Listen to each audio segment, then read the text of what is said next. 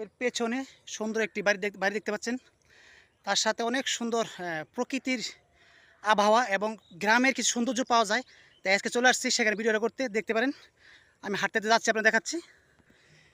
গ্রামের যে নৌকাগুলা, এই নৌকাগুলো এখানে আছে, এইগুলো দেখলেও কিন্তু আমাদের সেই নদীর পাড়ের কথাগুলো মনে পড়ে। আর সৌন্দর্য তো থাকবেই, সেটা তো গ্রামে আসবেন বা শহরে, এটা শহরের প্রাণকেন্দ্র, সেখানেও দেখেন কত সুন্দর নৌকার ব্যবস্থা আছে। এখন সুখ নাই, কারণ এখানে দেখেন ওখানে পানি নাই, তাই এখানে শুকনার মধ্যে আছে। আবার যখন পানি আসবে তখন আবার পানিতে ভেসে যাবে। সুন্দর জায়গা আসলে আসলে করতে ইচ্ছে করে, কিন্তু আপনাদের ভালোবাসার তেমন পাওয়া হয় না, তো তাই আসলে করতে পারি না।